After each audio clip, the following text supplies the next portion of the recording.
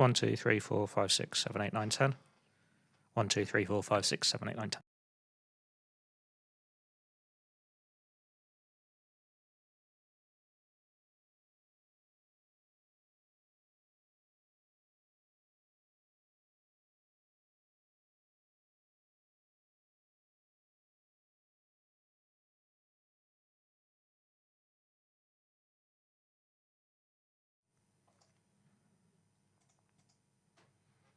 Hello, everybody, and welcome to your Monday edition of the Blood Red podcast, brought to you by the Liverpool Echo. But not only that, it's transfer deadline day. How exciting! I'm your host, Theo Squires, and joining me today, it's our LFC correspondent, both home and away, Paul Gorst. How are you, Gorsty? Good, yeah, very much away this weekend down in Bournemouth. Where's your yellow tie? Yeah. You know, it feels like a bit of an anticlimactic thing now, doesn't it? The deadline day. I mean, it normally is for Liverpool anyway, because normally they've got their the ducks in a row long before deadline day. But even outside of Liverpool, there seems to be loads going on, does there? Sure, we'll come on to it all, but it seems to be a little bit overblown these days, doesn't it? From the halcyon days of certainly 2011 when Liverpool signed Andy Carroll and sold Fernando Torres and Luis Suarez come to the door. Can't really think of too many more sort of exciting Januaries, can you? Not for Liverpool, no. I mean, they signed Van Dijk, but that was obviously at the beginning of the month. But certainly no mad dashes to the finish. Still a little bit of business to be done, which we'll come on to, but generally Liverpool sitting back and watching the madness unfold. Now, we are live on YouTube, so firstly, thanks for tuning in, and apologise if you saw any of the technical issues before we finally got underway. But secondly, get your questions in. Gorsty is here, and he'll be delighted to answer all your transfer queries. We'll get all to them all later in the episode, I think, before we look ahead to Spurs, so you've got plenty of time to get them in.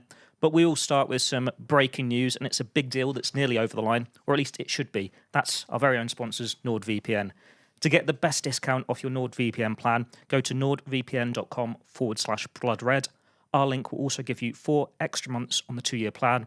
There's no risk with Nord's 30-day money-back guarantee. The link is in the podcast episode description box, as always. So what are you waiting for? Get on board with Nord and complete a January transfer deal of your own. Hey, see what you did. Now, we'll move straight on to Bournemouth. Statement win, I suppose, for Liverpool, Gorsty. Yeah, very much so. I mean, I think if you'd have started the season saying that, you know, Liverpool are going to beat Bournemouth away and it's going to be seen as a massive statement of intent for the title aims, you'd have probably thought, not sure about that. But you look at who they've beaten.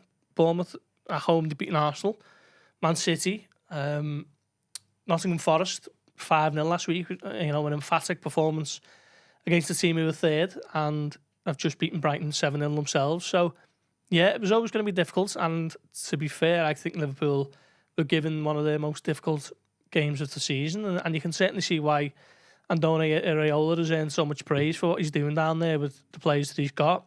Apparently, people keep telling me that he was navigating a bit of an injury crisis, but I can't really think, you know, how much better they could have been had they had those players fit, because they were brilliant. You know, Liverpool needed to really dig in, to be resolute, to defend properly. They needed the goalkeeper on a number of occasions. You know, they hit the post, didn't they, twice. I thought Semenyo had a really good game. You can see why Milos Kerkez is getting loads of rave reviews as well at left back, and Liverpool had to really be professional and at it on the day, and they were. And I think Slot said, or maybe Iraola actually said one team had Mo Salah and the other didn't, and maybe that ultimately was the difference. Certainly with the second goal, you know, not many other players on the pitch, if anyone would have scored that, would be the way he took it. So yeah, really big win to go 9 clear. We're going to come on to Arsenal and City, but yeah, it did feel like a bit of a statement performance, actually. And you've run out of things to say about Salah. He takes it so well, that second goal, but he steps up for the penalty. We saw him miss one at Bournemouth a couple of years ago in very different circumstances. I'm sure when the transfer window is out the way, everyone will be talking about that contract even more.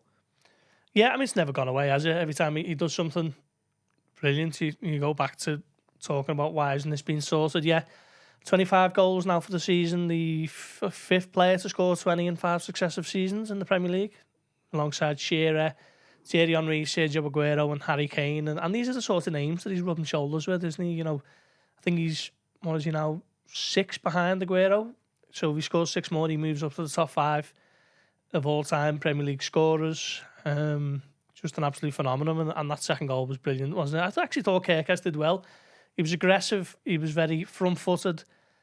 he tried to manhandle Salah at times when he could, and generally had as good a game against them as anyone really this season. But there was nothing he could do about that second goal, and we were sort of right behind it. The vitality just sort of to our right, and we were sort of see the perfect arch of it, going into the corner, which was brilliant. And then seeing it back on the camera angle that they used for the game itself, it looked even better the way he sort of wraps his foot around it. Just a brilliant player. And what is it now? 21 Premier League goals. What is it? 15 games to go. Get 30, won't he? Well, that's what I was about to say. Will he get to 30? How many will he get in all competitions? He's probably having as good a season as he's ever had, really, in terms of, he's obviously scored more when he got 44. He was a big part of the team that won the Premier League, big part of the team that won the Champions League. But I just think individually, combined with how well Liverpool are doing, this is probably the best season he's had so far. Still a fair way to go, but if he carries on the way he has, it doesn't really show any signs of that sort of January dip, which some people seem to think is a bit of a habit of his. So, brilliant. Absolutely unbelievable second goal. I want to go into Kirkes a bit more now, because I know you've done a couple of quotes pieces. I think it was the Hungary manager saying he's going to move in the summer. Slot was talking about him as well, wasn't he, in the post-match, while he stopped short of saying, yes, he's a transfer target. Yeah. You can see why Liverpool are being linked with him if they do need to upgrade at left-back in the summer. Yeah, I think someone asked him about Ryan Gravenberch, did you change his position? Stick more of a sort of right-sided defensive midfield, if you like, to counteract the threat of Kirkes, because he likes to bomb forward, he's aggressive. You've seen what he did for the cross for the equaliser, wasn't it? That was ruled out for just offside. He likes to get forward and bomb on. He scored a great goal against Newcastle as well.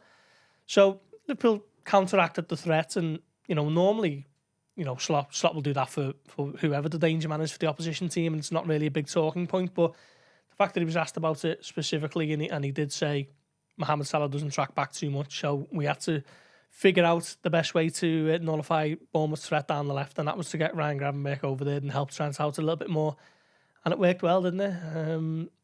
But yeah, you can see why he's getting some transfer talk, really. He's only 21.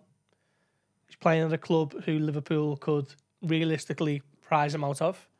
I'm not sure if there's any sort of buyout clause or anything like that in his contract, but yeah, at a time when Andy Robertson's probably not had his best season at Liverpool, has he? You can see why the links are there. And Marco Rossi, the Hungary manager, was saying recently, well, over the weekend, that there are big English clubs looking at Kirkes. So yeah, it's one to watch. And the interesting thing for me is he changed his agent in December, and obviously Richie Hughes knows all about him because he brought him to the club as Bournemouth sporting director, so he will know the ins and the outs of the contract, really, which I think is the interesting one. But Kirkes changed his agent to Lian Sports Group, who represent Chiesa, and obviously Richie Hughes worked a lot with them on the deal to bring him in August. So yeah, you can see why a number of boxes are being ticked there, and we'll wait and see what happens in the summer. But Slot basically just played the straight bat, didn't he, and said, I don't talk about other teams' players, not least the team who we're playing against now. So yeah, we'll wait and see. But I think it was a little bit of an audition. I thought Kirkes did about as well as he could, really.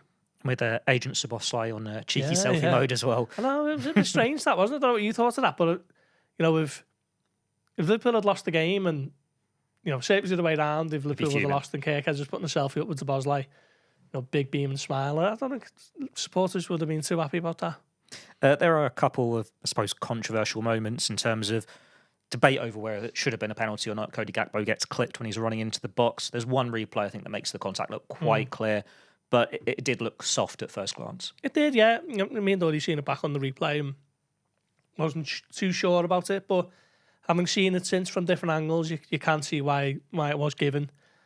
But these things happen, don't they? These sorts of incidents. It's not a... I just feel like sometimes we talk about the referees a bit too much, and last week was the biggest one with Lewis Skelly getting sent off against Wolves, and it was like, okay, you can debate it, fine, but it just took on legs of its own, didn't it? And it was the only football story for the entire week, I thought. And I think just sometimes we can get into talking about referees' decisions a bit too much. And okay, sometimes they are, the headline news when they are absolute shocker of a decision, or, like something that unique happened at Spurs last season for Liverpool. But Yeah, it was a penalty for me after seeing it from the other angle, and I think there's a video of Lewis Cook as well. I don't know whether you've seen that yesterday, where he's talking to David Brooks, and it looks like, lip readers have sort of worked out that he says it was a foul. So, if he's telling his teammates that it was in fact a foul, it's a penalty, and fortunately Salah didn't miss like he did a couple of years ago there. So with hindsight, that one we can play down. Yes, it's a penalty, but maybe Alexis McAllister was a bit fortunate not to be shown his marching orders. Yeah, possibly. He's obviously trying for the volley, isn't he? And it gets intercepted. Is it Brooks who he gets? And don't know whether he catches him too much, but it's one of those where the ball's nowhere near him, and had he received the second yellow for that, I wouldn't have been too shocked, really. And it's normally a telltale sign, isn't it, when players get subbed straight away, come off almost immediately. Didn't he, for Curtis Jones, who I thought played well, actually. And it reminded me of Canate in the derby last season at Anfield, where he sort of gets away with one. He's on a yellow, and I think he drags back Beto to stop a counter-attack, doesn't get a yellow card, and then Klopp brings him off immediately for Kwanzaa or Gomez. And yeah, it reminded me of that a little bit. So normally they're the telltale signs, but Liverpool may have got away with it. And yeah, I guess that's, sometimes they go for you, sometimes they don't. One downer on the win is Trent coming off injured. Was it a thigh injury? I know you've done an injury update on him today. Yeah, thigh injury. I didn't actually see what happened. Don't know whether they showed it on Match of the Day. I haven't had a chance to see it yet, but he was down. And Slot said after the game that he basically asked to come off. So, judging from the conversations I've had today around, he's going to have a scan today. Liverpool had yesterday off. So they're waiting to discover the severity of the scan today, but it's not thought to be a real serious one, which I suppose is the good news. We'll know more in the coming days, and Slot will give us an update on Wednesday before the Spurs game. But yeah, I think probably certainly would have Sunday off only against Plymouth. Yeah. So, that's not a major deal.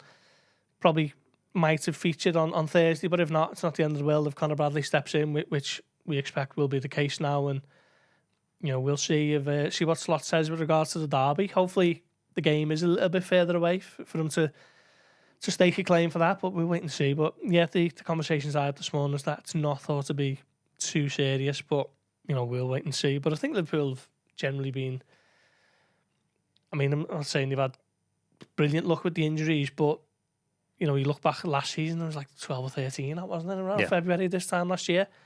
Trent's the only one at the moment. Joe Gomez making good progress. Federico Chiesa was only left out on Saturday because he was rested, because he played his first 90 minutes since June at PSV. So, yeah, Liverpool looking good on the injury front, really, which is a bit of a rarity, isn't it, when you think of the problems that they've had in the last few years, and how important that could be for the next few weeks, the next few months, really. You mentioned Gomez there. I suppose if Trent does miss a couple of games, he's an option at right back as well. Just seems sod's law that you get everyone back, and then they do pick up another injury. Yeah, I'd be interested to know, the sort of percentage-wise how many times a Premier League club has got the full complement of players available to them. But yeah, Joe Gomez could come in, couldn't he, at right back? We'll pick our teams for Tottenham at the end. But yeah, be good to see him back. I thought he was in good form, actually. I don't know about you, but I thought he was in decent form before he got that injury against West Ham. Picked up a hamstring injury. Tough time for him, really. He was taking a claim while Canate was out, but we know how versatile he is. He could come in and play right back on Thursday if Slot says he's got the all clear, which we will know more about on Wednesday. But yeah, it'd be good to see him back involved, because, like I say, I thought he was in good form, really. Now on to Arsenal and Man City, and sod's law again. It's the only year you can't rely on Man City to do you a favour. If Liverpool sent out a statement win, then Arsenal certainly responded emphatically with that 5-1 thrashing. But 6-point lead is still as you were. That's still a great lead. As you were, yeah. Yeah, it was. If City didn't give away the first goal so cheaply, I thought it was relatively even in the first half. Arsenal's biggest chances were coming from City basically panicking, weren't they? Passing around from the back, which is very unlike City. And Havertz should have scored to make it 2-0, definitely. But it was the second goal that killed them, wasn't it? Thomas Partey's deflected effort. 38 seconds after Haaland's equaliser, Phil Foden gives it away in midfield, and then I thought that was the one that really took the wind out the sails. And I think from City's perspective is the the collapse, wasn't it? How sort of routine that's become now. We've seen it against PSG last week or the week before. As soon as they have a setback, they really do crumble, and be interesting to see if that's still sort of part of the makeup when Liverpool have to go the Etihad at the end of this month, is it? But yeah, huge win for Arsenal, and City now 15 points behind Liverpool, which is incredible. I mean, I think Liverpool are probably going to finish 20 points ahead of City at least now. I don't know what you think about that, but they just seem like they have gone over the cliff now, and there are a number of people in that team who might be the end of the line for them this summer, and they need a bit of a gutting and a bit of a refresh, and that's already happening with the 3 players who they brought in January. So, yeah, we can certainly count them out of the race now, and it is definitely. I've seen John Aldridge tweet it yesterday, but it already was for me, but it's definitely just a 2-horse race now with Liverpool and Arsenal, isn't it? And that is Arsenal keeping it alive. Like, I suppose now going into the derby, a draw is a good result. Getting that as a 7-point lead, that's still emphatic. But Arsenal, with that statement, win of their own, it shows they're not going anywhere. Yeah, it feels like whenever Liverpool have got a chance to open up quite a considerable chunk of daylight there, you know, talking like 9 points, 7, 8, 9 points, Arsenal just reel them back in, don't they? And it's been that way for a number of months now. But I don't think they've ever been closer than 4 points since sort of November time. So Liverpool have got a really healthy buffer there, and the best thing for me, I think, is they don't look like they're going to give away anything cheaply, really. You know, unbeaten in 19 games now, dating back to that September defeat to Nottingham Forest. You know, they've only dropped 13 points all season, I think, which is a really strong return. So Arsenal need them to basically fritter away nearly half of that between now and the end of the season, which is doable, of course, but this game in hand next week is huge, isn't it? Tough one, of course. Everton in the final Merseyside derby, Goodison Park, and Everton who are right in form now under David Moyes. So, yeah, it just feels like every game at the moment is just the biggest one of the season, and I'm sure Slot will be saying the same, just because that's how they will view the next fixture is always the biggest. But, you know, going back to Forest the way that felt massive, and can they get back to winning ways at Brentford? That was huge. Bournemouth in great form, that was a massive game, and now Everton next week. They just seem to keep coming and coming, and after that, the next away game after that in the Premier League is City. So, yeah, this is what you have to do if you want to win the Premier League. But, like I say, I think the most heartening thing at the moment is Liverpool don't really look like a team who are going to give anything away too easily. So, yeah, Arsenal with a bit to do, I think. Just a reminder, we are live on YouTube, so still time to get your questions in as we're just about to get on to transfers. We've had one from Tony Stark, not about transfers. So do you think the Everton game is season defining? It's finally our chance to even up the games and get 9 points clear? Well, you can answer that one, I guess. I'll follow on. It depends, doesn't it? Like, if Liverpool go in, put in a really good performance, even if it's a draw, 7 points feels like a good lead. If it's 9 points, then you're all buzzing. It's a great lead, and it's a place like Bournemouth, like Brentford, like Forest, where you've dropped points in the past, but there's still such a long way to go here. And when Arsenal, they're going to be full of confidence now after that victory. But if you have got that buffer, it is so hard to break it down. Yeah, I mean, 9 points will be huge, won't it? Derbies are always difficult, but I think it might be slightly different in that Jurgen Klopp might approach it, or rather Arne Slot might approach it different to Jurgen Klopp. I think Liverpool aren't showing any signs of getting swept up in the emotion of anything at the moment. They're not sort of...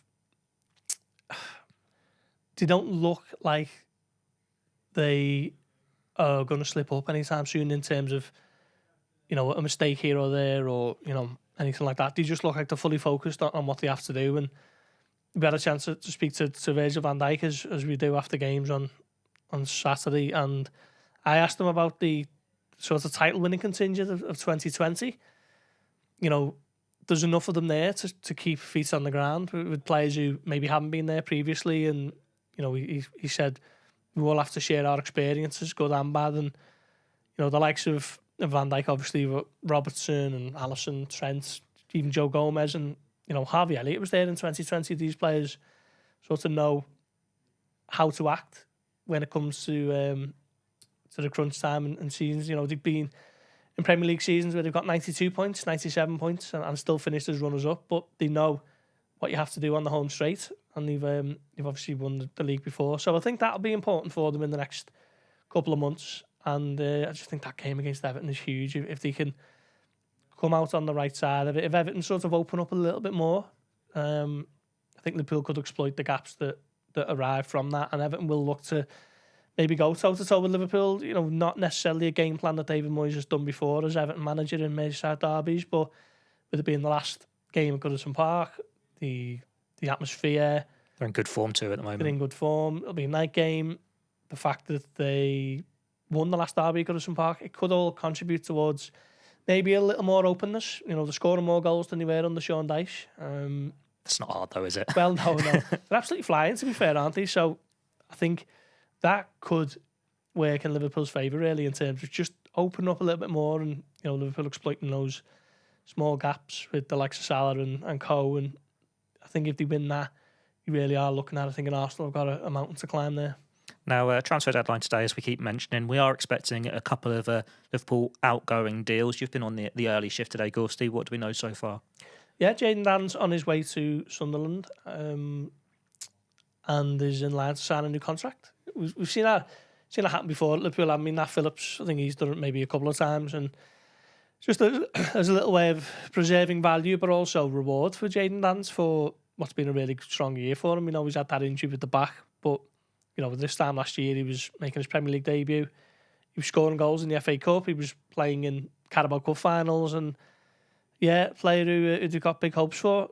Be good to see him getting some senior minutes at Sunderland. You know, they're pushing for the Championship, aren't they? I think they're fourth at the moment, pushing for promotion. So yeah, I think that'll be a good loan move for him. And Cade Gordon on his way to Portsmouth. Didn't quite work out for him at Norwich, did it? But yeah, I think he just needs an environment to kickstart his senior career now, because it's been 3 years since he scored against Shrewsbury in the Cup and played in that Carabao Cup semi-final against Arsenal, and we know he had around about 18 months out with that pelvic issue sort of related to his growth. So yeah, he needs minutes somewhere. So yeah, a couple of good loan moves, and Ben Doak, Liverpool aren't expecting or willing to entertain any late offers that arrive for him. They think he's having a great season up to Middlesbrough and want to see him finish it, really.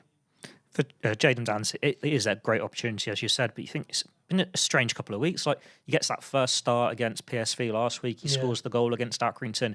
If Darwin Núñez had gone to Saudi Arabia, or Diogo Jota's injuries worse than first thought, he could have easily been kept around as that sixth option. But I suppose PSV, he wasn't at his best. He was kicked all over the place. Yeah. It shows why he needs those senior minutes. Yeah, I mean, it's tough, isn't it, making your debut in the Champions League? It's a significant step up in quality against the Dutch champions. So I thought he did okay. Maybe one or two decisions went against them. It was a nice little turn on the halfway line that I can remember seeing. So yeah, no real rush on him, is there? I think he's still only 19. So I think this should be good for him. Come get out there, play in the Championship, play, you know, proper serious men's stuff, and see how he gets on. And yeah, good luck to him, because, you know, he's a little born lad, and you always want to see local lads do well. And it's been a quiet month for Liverpool in general. They never moved for Kvaratskhelia. The Trent approach was rejected from Real Madrid.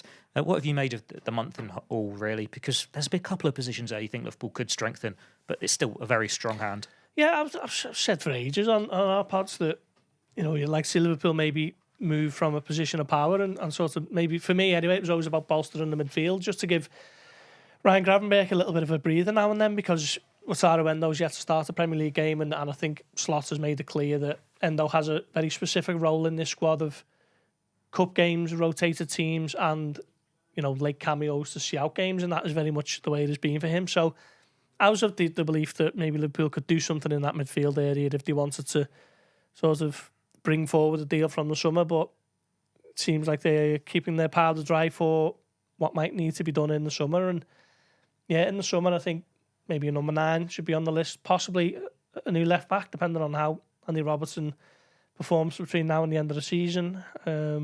Centre back, possibly an option as well.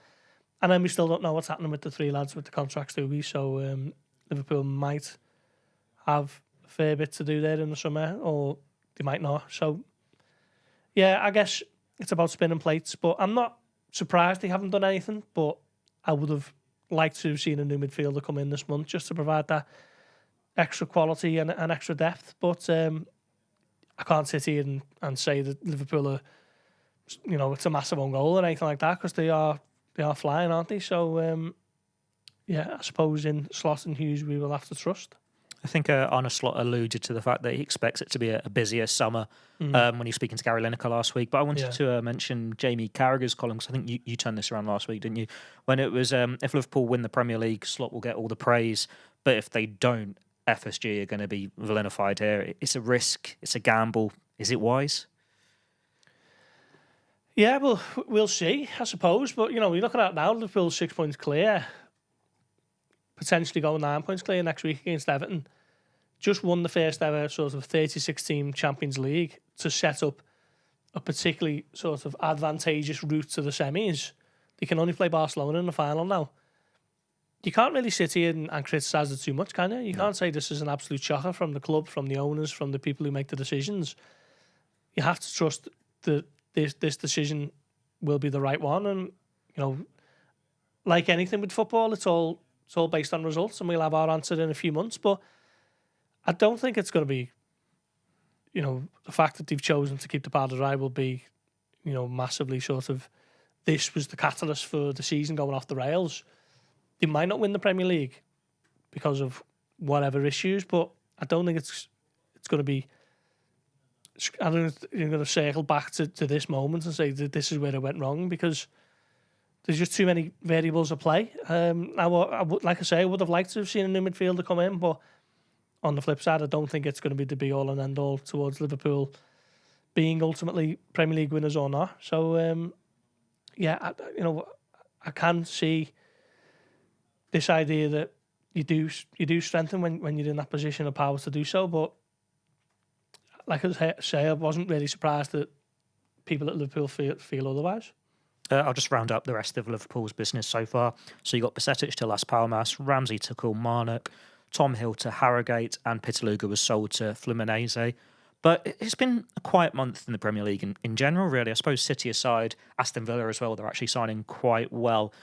You'd be more concerned, say, Arsenal had gone out and got a prolific number 9. If they'd gone and got Isaac, granted it's 2:39, there's still many hours before the deadline. By the time this goes out and people listen back to it, Arsenal could have signed that player. But as it stands, they haven't done anything. Quite a lot of the sides have just carried on with what they've already got. Yeah, I think the January window now, like I said at the beginning, it's getting a bit overblown, isn't it? I think last season the biggest transfer for January was Radu Dragusin, who went from Genoa, I think, to Tottenham for about 20-odd million. I mean, that's nothing really, is it, in the modern standard, 20-odd million. So, yeah, I'm not surprised to see clubs aren't really going crazy, and anyone who is today probably needs it. Manchester United seem to be at the forefront of a few things. Chelsea never really seem to go away from the transfer rumour mills, do they? Arsenal have needed a forward. Don't look like they're any closer to bringing one in, despite an approach for Ollie Watkins, was it, last week? So, yeah, I just think it's the nature of it. City's is a little bit different because the wheels have well and truly fallen off there in terms of title aspirations. But there's also some suggestions that might be related to what could be coming down the line with their 115 charges. Have they been future proofing for a potential transfer ban? I don't know, but they've signed Marmoush, Kushyanov, is it, and is it Vita Reyes? Yeah, the Brazilian lad. And they're going for Gonzalez from Porto. Yeah, I mean, that's the one that seems to be a little bit of a panic one. I think, the lad they got from Palmeiras, Vita Reyes, he's 19, is he? Kushyanov from, was it Lens in France? He's only 20. And Marmoush was just, a player who is, he had a great half a season with Frankfurt, and you could see why they've looked to bring him in now in the same way you would with any other player, really. But it's the Gonzalez one, which to me feels like a little bit of a panic because the midfield seems to be getting overrun a lot, and they're looking to address that.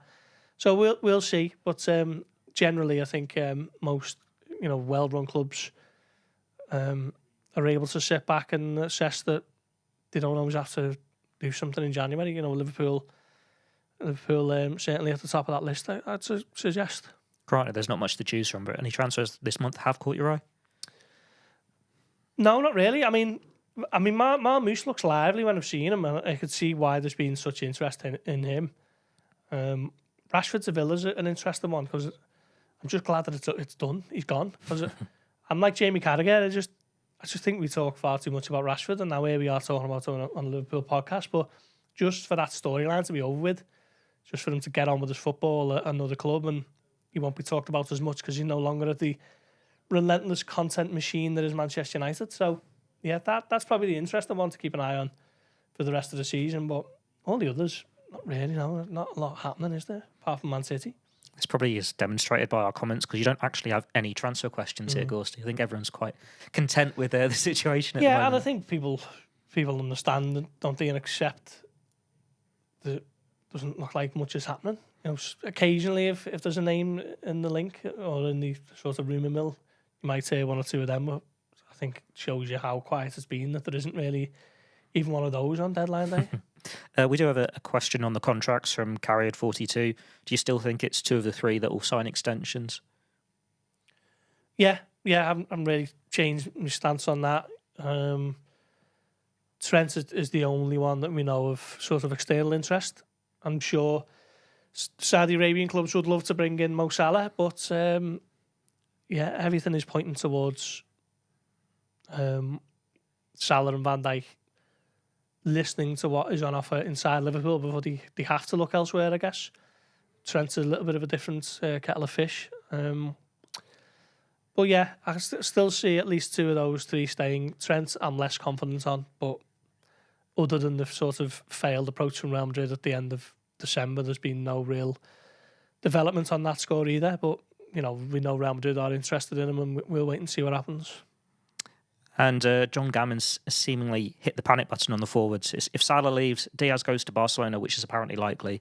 Jota's always injured and will not improve. Why would Slot attempt to sell Nunes? I'm guessing that's in reference to the Saudi links. Like you said earlier on about Liverpool potentially being in the market for a number 9 in the summer.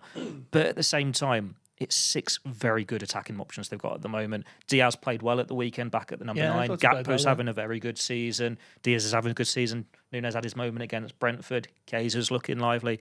And Salah. Like, it is strange how that could go both ways. Like, this 6 could easily be the 6 that goes into next season, or you could see 2-3 changes.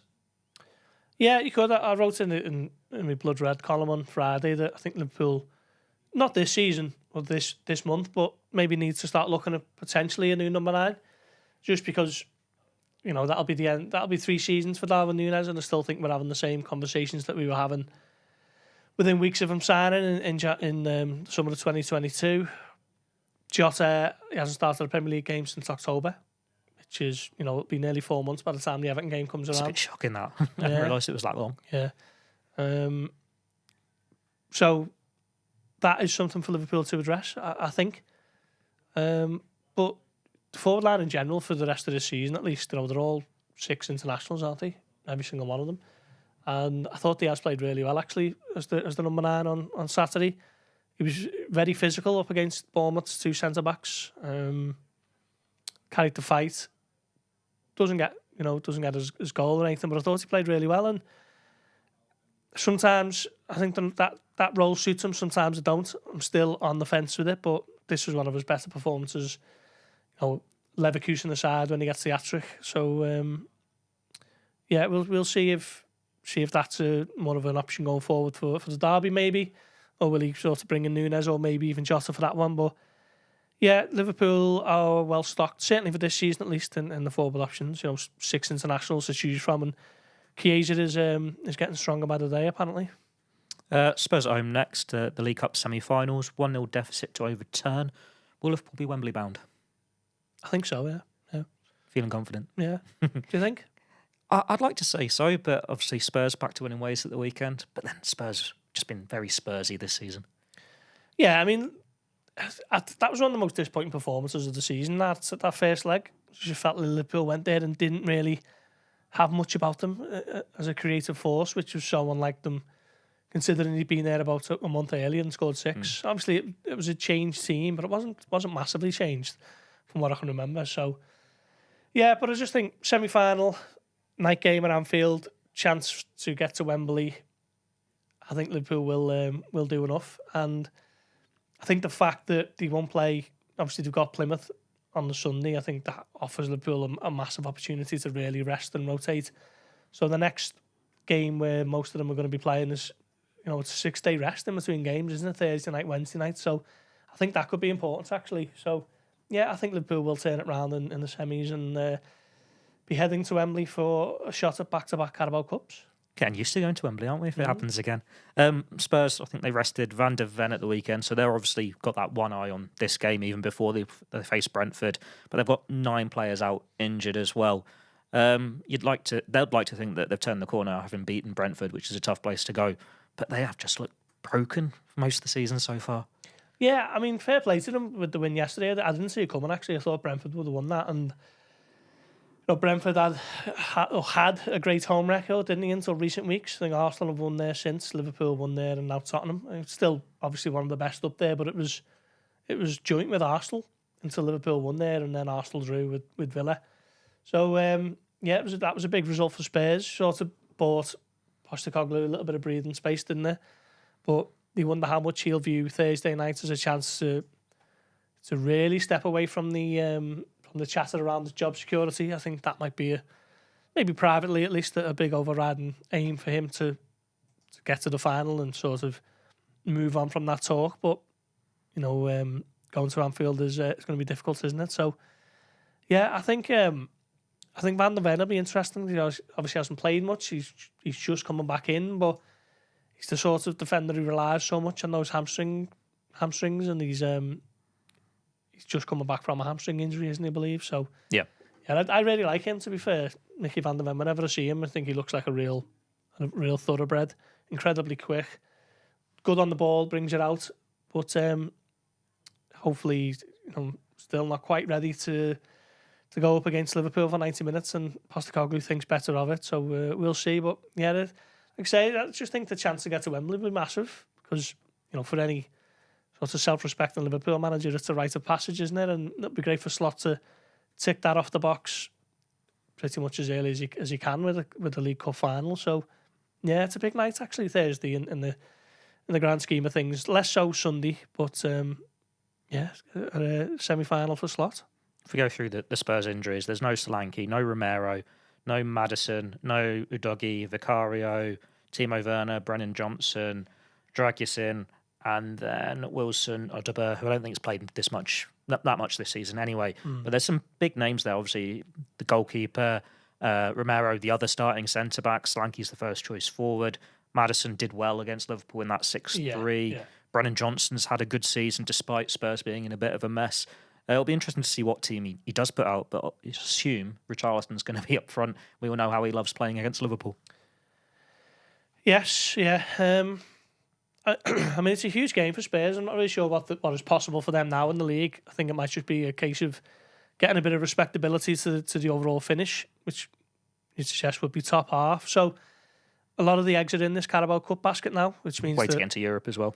Yeah, and obviously for Spurs, a cup final, isn't it? They haven't won any silverware since 2008, and it's always a stick to beat them with that they don't win any trophies. So yeah, it'll be a big night for them really, and I expect a tough game. But like I say, Anfield under the lights, chance to go to Wembley with a team who are fully fit, Alexander-Arnold aside, and not having an immediately important fixture on the horizon for the best part of a week.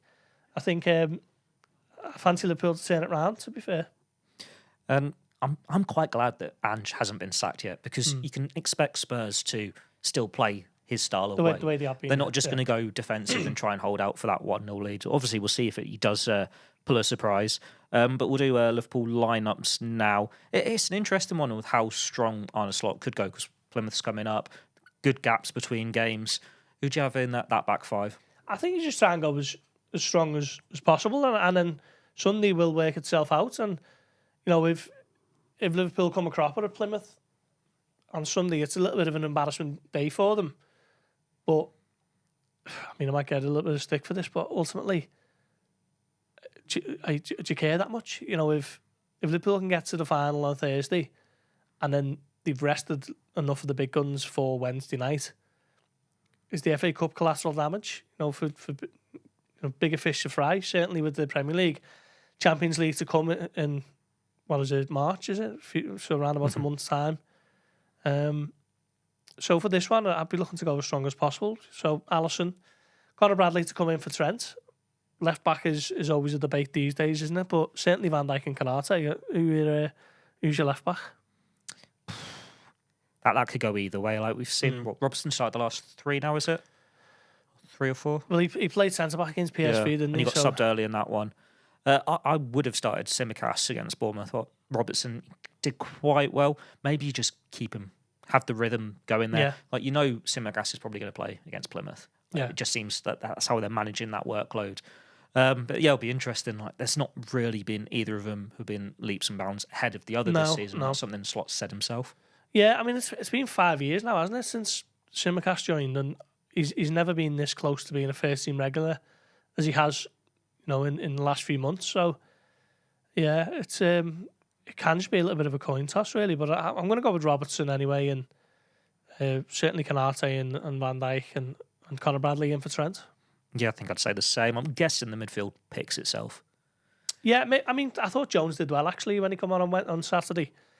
Obviously comes on for McAllister, who's on a bit of a red card threat, isn't he? So that was maybe forced, given that Jones hadn't played too much football, had he? I think Slot said on Friday he was a little bit of a doubt for the game. Yeah. Obviously comes back into the squad and then is forced to play. But yeah, I'd still go with Szoboszlai over Jones and McAllister and Gravenberch. And obviously that trio was magnificent in the 6-3 against Spurs, so fingers crossed for a repeat performance. Front three, a little bit more challenging. Jota didn't come on today against Bournemouth, but he was on the bench. Yeah. Nunes is there, and Chiesa is available. Just because he wasn't in the squad, he's still available. So who's your 3 going to be? Yeah, I'd like to make a case for Jota, but I think Sunday could be the one for him at Plymouth. Particularly if Jayden Danns does complete that move to Sunderland. Yeah, I'm going to stick with Salah. It's just Nunes or Diaz for me. Gakpo on the left. And I will stick with Diaz. I'd probably say the same. Again, that 3 did so well in the 6-3. And it's just with Plymouth coming up because you expect the rotation there. You expect to see Chiesa on the right. You expect to see Nunes down the middle. It seems it will split it between that. But it'll be interesting for sure. Because that front 3, while it was great in the 6-3, it wasn't at the races really in the 1-0. Yeah, no, that's true. Yeah, I mean, like I said, sometimes Diaz looks the part as this sort of false 9. Other times it hasn't quite worked. But it certainly worked when he played there against Tottenham in December, didn't he? He scores 2 and he runs them ragged along with Szoboszlai, who probably had his best game for Liverpool in that one. I was watching the highlights of that the other day. It was just happened to be on the telly, and he was brilliant. Sort of running beyond Diaz, who sort of drops off, and that powerful running really did help on the day. Scores his goal, could have had another couple more, gets an assist, I think, for Salah. So I think, that'll be a good one to keep him in for, and then maybe give Jones a go against Plymouth on the Sunday. Score prediction? 2-0. I'd take a 2-0. No need for extra time or anything like that. You don't need anything as entertaining as Leicester, wasn't it? Is it extra time in the semis, or is it just pens? Oh, I'm not sure. We'd have to have a quick Google there. Can you keep talking for us to have a Google? Well, hopefully it's not needed, but I think just with that list of injuries that you've just mentioned there, and we know Tottenham have got injuries, and they seem to have had them for months, really, and we've still got Archie Gray, who's a teenage midfielder playing centre-back, haven't he? But I fancy Liverpool to do it, and we'll go with a 2-0 win and no need for extra time, if indeed they even do play extra time in the Carabao Cup. The BBC says there is extra time, and how far back is this article going? This was December 2024, so this is accurate. Right. Yeah, there is extra time if needed before going to penalties, so that just gives you a reason to get it done in 90 minutes. It's all very well rotating and resting everyone at PSV, but you sort of waste that if you then go and have an extra half hour against Tottenham. Unless we've got any more questions, which I don't think we do. That's all we've got time for today. Thanks for tuning in. Keep it with the Echo website for everything else that's going to happen on transfer deadline day. As we've already mentioned, we're expecting Jayden Danns to go out on loan. We're expecting Cade Gordon. Who knows? Maybe Liverpool surprise us and there'll be another little transfer deal in there. Don't bank on it, but yeah, we've got the blog and all the other things keeping on track of Liverpool transfers. And then this week, it's a big one, isn't it? A League Cup semi-final. Could Liverpool be on the way to Wembley once again? Thanks for tuning in, and we'll be back on Friday to hopefully be toasting another trip to Wembley. Thank you.